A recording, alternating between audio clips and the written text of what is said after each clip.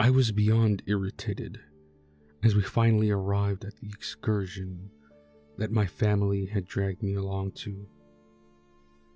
I had wanted to spend the day with my friends, but my parents had refused as they don't like my friends. I hopped out of the car and looked around in disgust while my parents and younger brothers were chatting away excitedly. It was one of those model villages that have houses that are about 3 feet tall. I could hear my parents commenting on how intricate the design on all of the houses were. I followed slowly behind them while glaring daggers into their backs. They turned a corner, leaving me by myself, and my eyes were drawn to a tiny figurine standing outside of one of the houses. An impulsive thought hit me, and I took great pleasure in smashing my foot down and crushing the figure. My happiness was only momentary, as the sky around me went pitch black. Agonizing pain shot through me as it felt like every bone in my body was being crushed beneath a steamroller.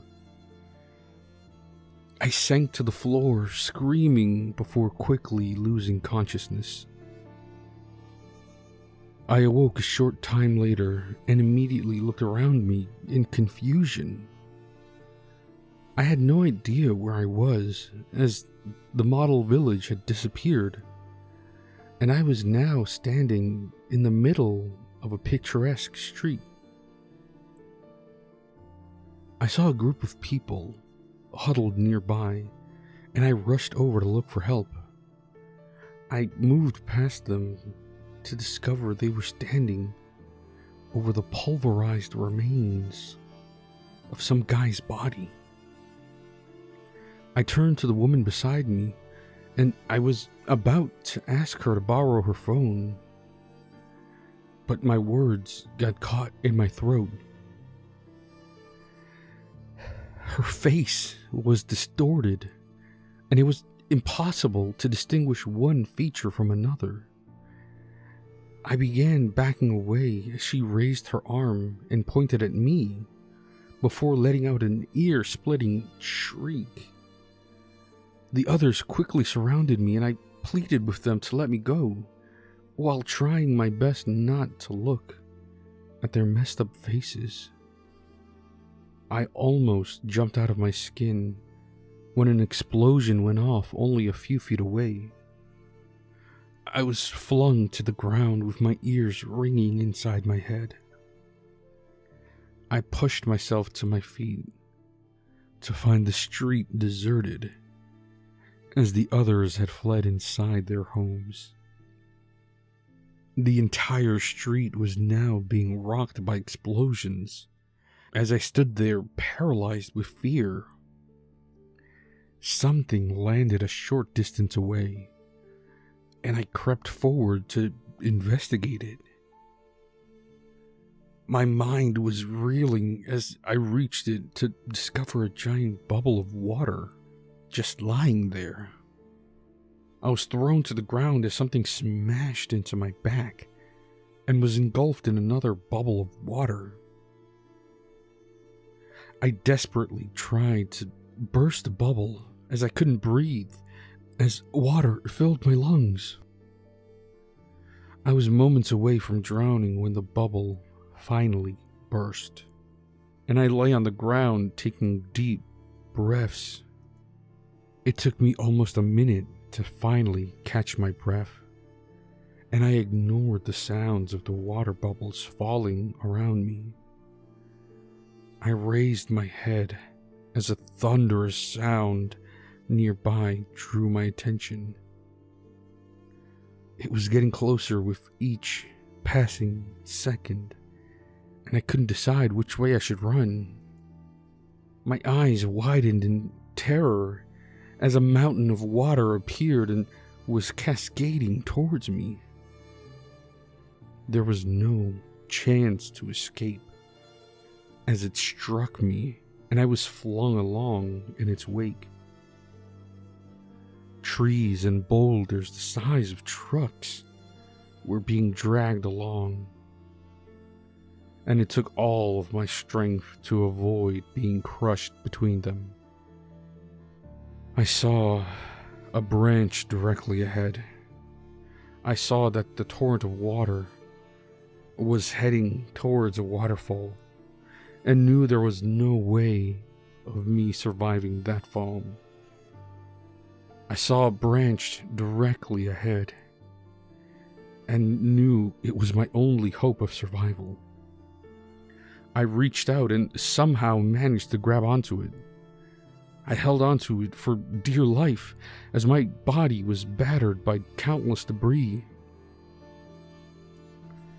The water slowly ebbed, and I dropped to the ground, and nursed my aching body. I moved forward slowly to see 3 giant holes. It kind of reminded me of a sewer grate, but this one was of epic proportions. I could feel someone staring at me, and I began spinning around in all directions, but I couldn't see anyone in sight. I headed back the way I had come, in the hopes of finding a phone to ring my family. I walked alongside a forest of giant, strange-looking green trees that towered over me. I could hear something moving in there that kept ducking out of sight before I could get a proper look at it. The village had just come into view when something emerged from the forest just in front of me. It was a creature of monstrous size that dwarfed anything I had ever seen before. It had 6 giant legs, the size of tree trunks, and a pair of what could only be described as antennae on the front of its head. Its beady eyes appeared to be staring into my soul as it moved towards me. It lurched itself at me, and I barely managed to avoid its grasp. It was lightning quick, and I knew it was only a matter of time before it caught me. I once again dodged it, but was thrown from my feet as one of its feet swung out and collided with me. I lay there wheezing and awaiting my fate, as there was no way I could outrun it. It began letting out excited noises, and I turned my pounding head to see it pick up some kind of boulder and rush off into the forest. I lay there for what felt like an eternity, until the pain in my body eased enough for me to stand up. The sounds of helicopters overhead made me peer up into the sky, and I fled to the edge of the forest while peering into the sky. Dozens of giant bugs were flying above me, and the buzzing of their wings awoke a primordial fear in my body as I stared at the razor-sharp tips of their stingers. I waited until they had disappeared from view before moving from cover and hobbling along the street before stopping dead in my tracks as an earthquake began shaking the buildings. I fled into the cover of one of the doorways as the faces of the occupants inside glared out at me. The sun was suddenly blocked out, and the entire street was in shadow. I looked upwards and felt my knees grow weak as I stared into my brother's face. He was a giant that was now taller than even the world's largest skyscraper. I had to cover my ears to block out his thunderous voice as he called out my name. I raced into the middle of the street and began jumping up and down and calling his name.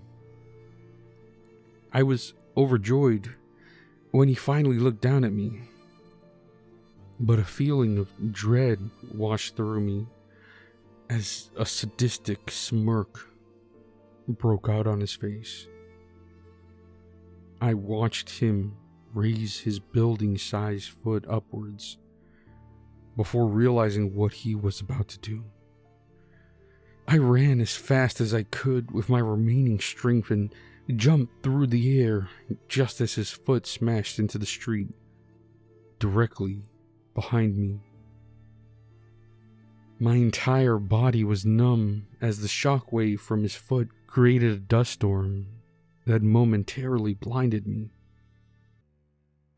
The air quickly cleared, and I turned around and let out a scream as I peered in horror at my crushed legs. They were now as flat as pancakes, and thankfully I had lost all feeling below my waist. My brother's deafening footsteps moved away as he continued shouting out my name. I lay on the ground sobbing and feeling sorry for myself. I was so caught up in my own misery that I didn't notice the village residents slinking back outside and surrounding me.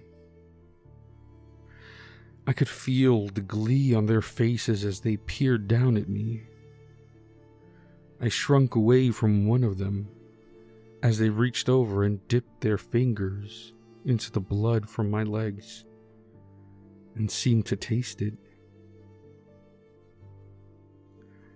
A flashing white light blinded me, and I found myself lying in the midst of the village. And I was beyond relieved, as I was once again back to my normal size. My parents emerged from around a corner, and I could see the color drain from their faces as they saw what had happened to my legs. It has now been almost 3 months since the incident, and my parents are still demanding that I tell them what happened that day. I have been begging them to go back to the model village, and they finally relented. I cannot wait to convince my brother to stomp on one of the residents so that I can finally show him the same mercy he showed me.